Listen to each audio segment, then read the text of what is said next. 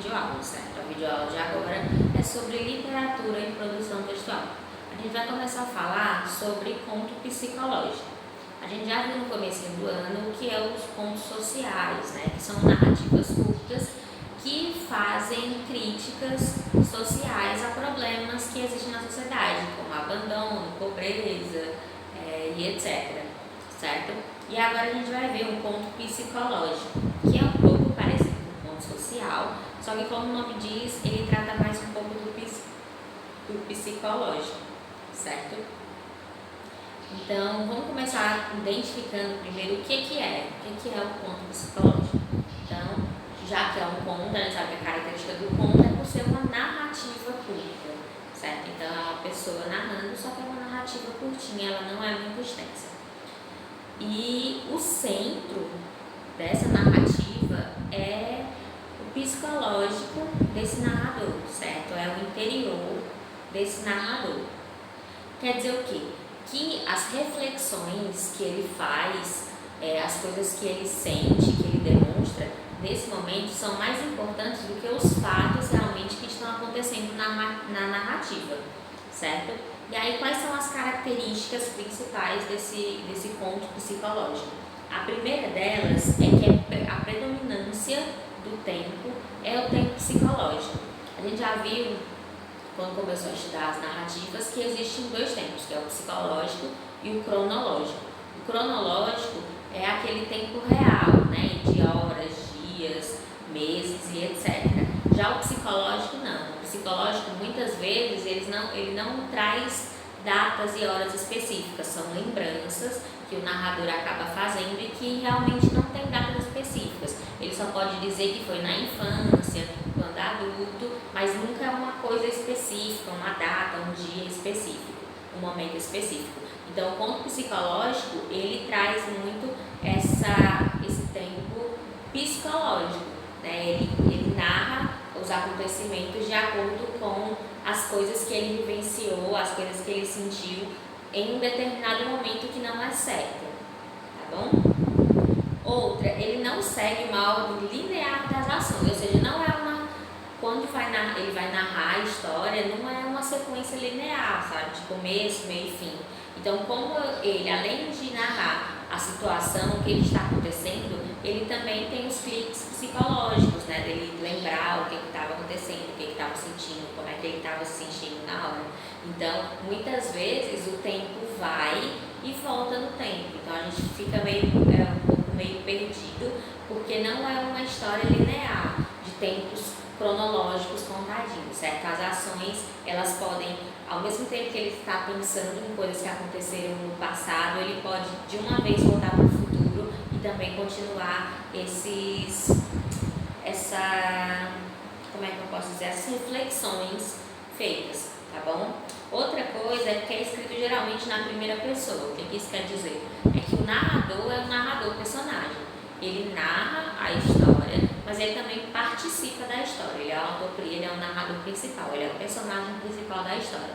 A maioria das histórias do conto psicológico é realmente o narrador contando e falando dessa crise existencial, desses sentimentos, dessas emoções, dessas reflexões que ele fez durante aquele momento, aquela situação que está sendo narrada.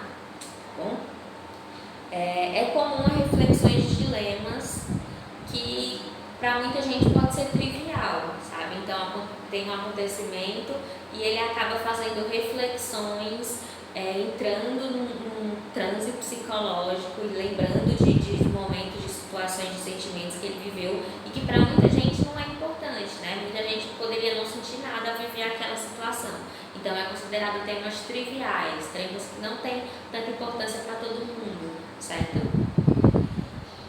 No Brasil, uma das principais autoras, né, desses contos psicológicos foi Clarice Lispector, que escreveu muitos contos com esse sentimento psicológico, né, onde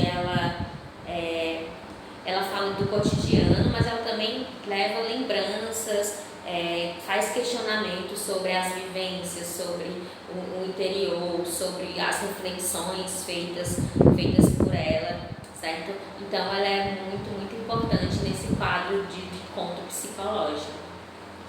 No livro de vocês, na página 56, a gente tem um textinho curto que é sobre esse conto psicológico. Eu vou dar uma lidinha só para a gente tentar elencar essas características que eu falei para ficar um pouco mais claro, tá bom? Então, o nome do texto é O Dia das Trevas. Então, vamos lá, vamos começar. Lembro que vivíamos numa casa velha e, embora fosse um mundo para mim, era reconhecidamente humilde e pequena, até para os padrões de baixo do bairro pobre em que morávamos. Então, percebam que nesse caso aí, ele já começa no tempo psicológico. Lembro que vivíamos, ele não diz que tempo foi esse, ele só lembra. Então, a gente não tem certeza se ele já é um adulto, o que aconteceu na vida dele. Ele está contando uma história que ele lembra, então a gente já tem o tempo psicológico. E se é lembro, quem lembra? Eu lembro. Então, a gente já percebe também que ele está falando na primeira pessoa do singular, certo? Alheio a tudo, eu não via que minha mãe, com a garganta presa pelo nó do silêncio, sofria um sentimento mudo de solidão. Seu sorriso era raro e só se abria quando raios de sol entravam em prisma pela janela e caíam coloridos sobre mim, contrastando com a pele negra que reluzia seu brilho fascinante e esquecido. Enternecida pela sua solitária condição, não apenas de mãe, mas de mulher, ela me abraçava. Eu, sem entender, apenas me sentia mais protegida. Somente outra coisa a fazia sorrir: a chegada daquele homem. Era um homem branco e alto, com um cheiro forte de riqueza. Entrava em casa com estilo para o quarto, ignorado e ignorante. Eu brincava com meus cowboys de plástico no velho oeste, daquele chão poeirento na savana do carpete sujo. Com o cair da tarde, o abandono do sol e o desinteresse das brincadeiras pesava sobre mim um sentimento estranho, uma miséria que brotava das minhas roupas desbotadas e entrava pelos poros, virando outra miséria mais profunda. Era como uma febre que anunciava sua chegada, uma moleza de espírito, de arrependimento de algo que não fiz. Por isso eu temia aquele homem. Era o dia em que as luzes tardavam a se acender. Toda semana era o dia das trevas. Na penumbra eu divisava vultos ameaçadores. Alguns eram ratos, outros, tenho certeza, demônios. O desespero endurecia minhas pernas. Nada podia fazer. Sem ter ao que me agarrar, deixava correr as silenciosas lágrimas de medo, salgadas de abandono. Quando já tinha passado o limite do insuportável, entre a vida e o pesadelo, as luzes se acendiam e o homem ia embora. Minha mãe vinha até mim, coberta num véu de culpa, e tentava me consolar com biscoitos amanteigados.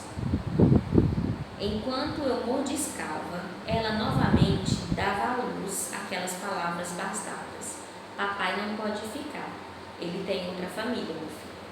Palavras refletidas no espelho distorcido, mais para si própria do que para mim. Só anos depois compreendi o que significava quase todos aqueles vocabulários que não eram filhos da boca com o coração, exceto aquele que sempre me foi estranho, papai.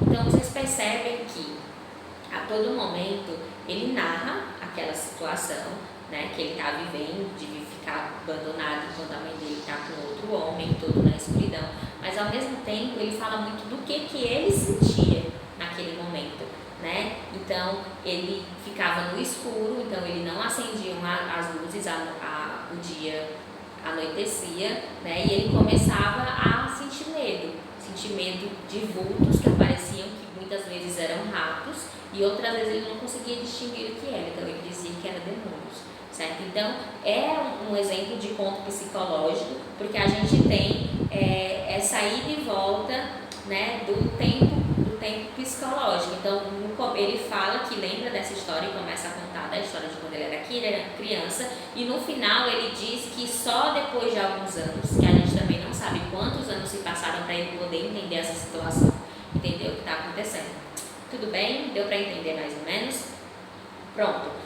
Então, na plataforma, né, na plataforma da Class, vai estar as atividades que vocês terão que fazer do livro e também outras atividades à parte, tá bom? Porque a gente está relacionando literatura e produção textual. Então, vocês vão ter atividades sobre a literatura, sobre os textos e a produção textual também.